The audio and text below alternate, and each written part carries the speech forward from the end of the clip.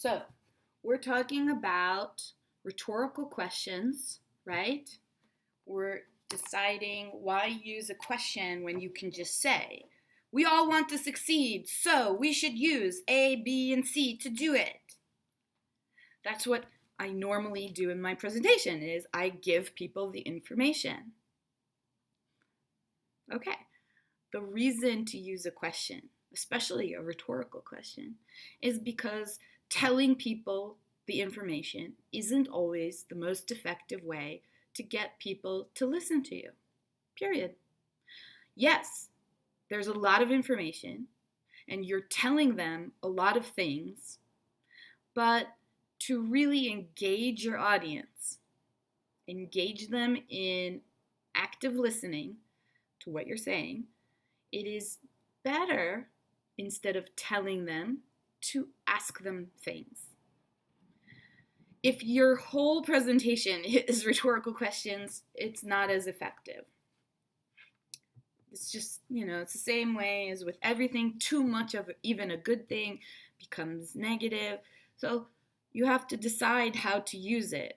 The best way to decide how to use it is to understand it and to then watch other people do it and then practice doing it. So we said why use a rhetorical question? Because you can't just tell your audience all the information all the time, right? You engage the audience in active listening when you're asking them a question, even one that they don't need to answer, right? Here's an example from the internet. Setting goals is easy, but achieving them isn't. How are you sabotaging yourself? You place the question to the audience and then you give them the answer. You're doing A, B, and C when you should be doing blah, blah, blah, X, Y, Z. Okay? That's better than just saying X, Y, Z. Or you're doing this wrong. Sounds very negative, makes me go, you don't know me. I don't want to listen to you. But if you say, life is hard, yes, I agree. How are you sabotaging yourself? Well, let me think about that. It's true. I do A, B, and C. Maybe I could do some things better, right? And so you get your audience to actually think about it by giving them questions instead of saying, you are sabotaging yourself. You ask them, maybe that's not clear. The reason it's not clear is because maybe you don't believe that everybody sabotages themselves on some level. Your life could have unfolded in a very happy way and everything is just superb and you have no bad habits that stop you from getting what you want.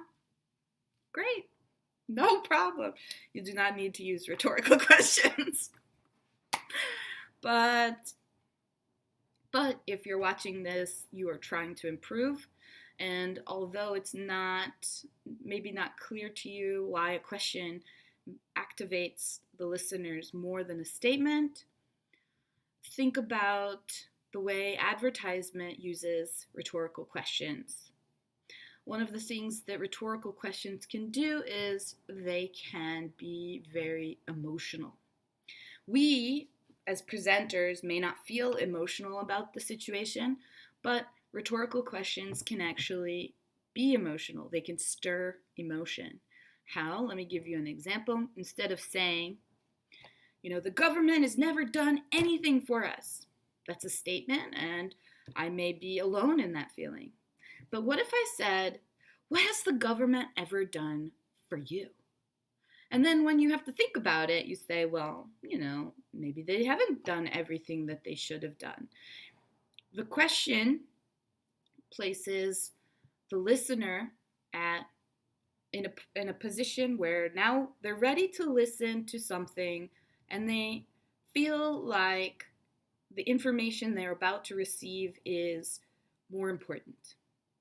because for some reason, if you're building in your presentation and your building blocks are made up of questions, especially rhetorical questions, because this isn't a conversation. It's not me asking an actual question and waiting for people in the audience to raise their hand and answer.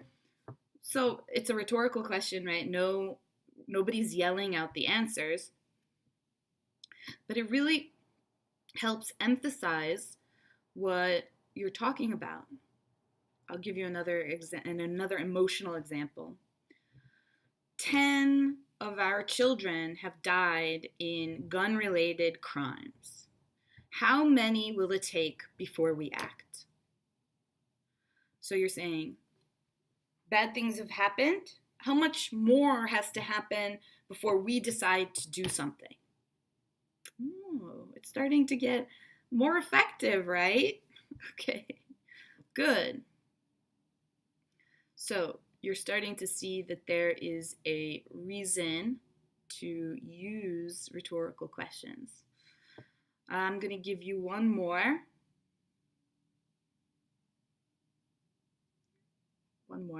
And that is one more example.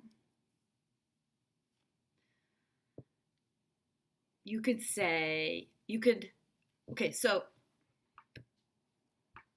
let me rephrase. You can't think of a rhetorical question as a question that stands alone. The rhetorical question changes the way the listener hears the information because they are now trying to answer the question for themselves.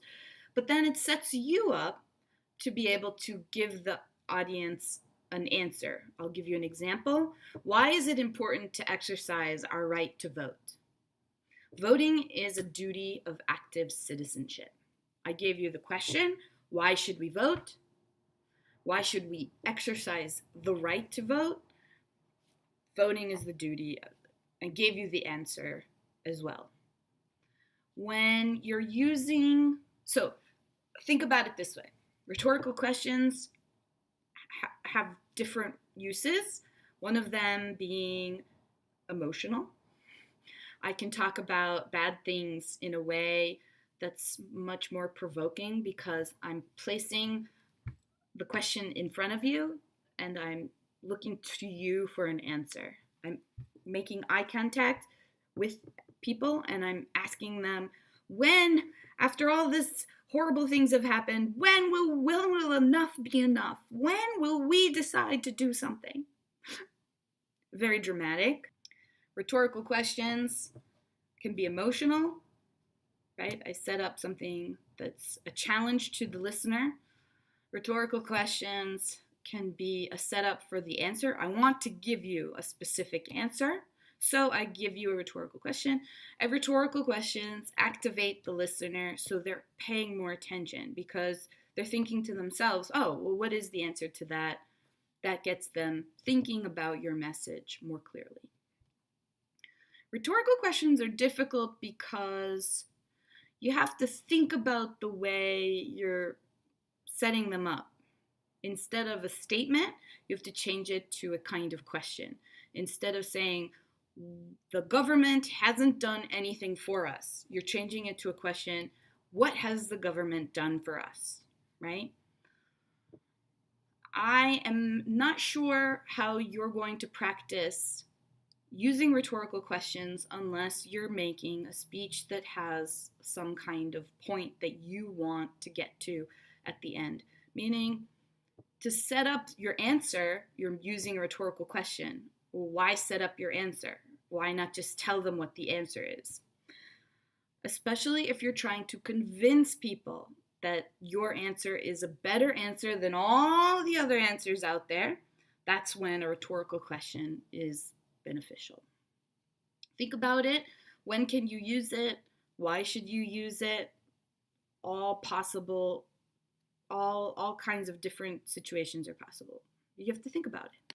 The last thing I'd like to say about rhetorical questions is that they aren't always used wisely. What do I mean? I mean that sometimes when you hear rhetorical questions used in everyday speech or everyday language, they're being used in kind of an unnecessarily negative way. For example, if somebody says something and the response is, "Are you kidding me?" The person who asked, "Are you kidding me?" does not want you to answer, "Yes, I'm kidding you." "No, I'm not kidding you." They're saying it's a rhetorical question, and they're saying it's not being used in an effective way. It's just a general use of rhetorical questions. Those are not the rhetorical questions you should be asking in your presentation. Okay? I'm going to give you some examples in the homework for how people used rhetorical questions, and I will set up the speaking part so that it has a few situations in which you can make a presentation to record and send a link in the comment section. But for now, just know that rhetorical questions are a tool that you should be using in your presentations when you want to engage the audience, when you want to be persuasive. They're much more effective than statements. When you want to make people feel something, it's a little manipulative, but we need that emotion because things that matter to us don't matter to other people until we can change their minds. And it can be used to emphasize what you're saying. Another reason to use rhetorical questions is because it's a good way to show that you are thinking about what the audience might want to ask you. That means you think about what their questions might be. You ask a rhetorical question and then you answer the question in your presentation. That's to answer questions that other people might have.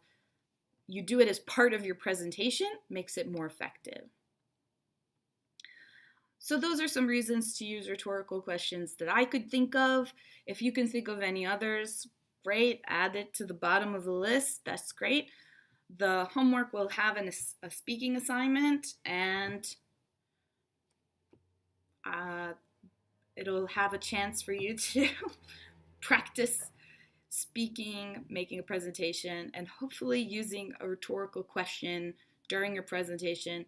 If you don't end up using a rhetorical questions or you didn't quite understand what a rhetorical question is, check out the homework, and then if you're still not sure, leave a comment, and I'll send you an email about rhetorical questions. The reading will also be about rhetorical questions. I feel like once you read a few passages about it, you will understand what it is, and hopefully you will be able to use it. The point is you have to try, and when you try, you will make mistakes, but then you have to keep going. Those are my 3 rules. Oh, perfect. All right. Guys, have a great week, and I'll see you next time.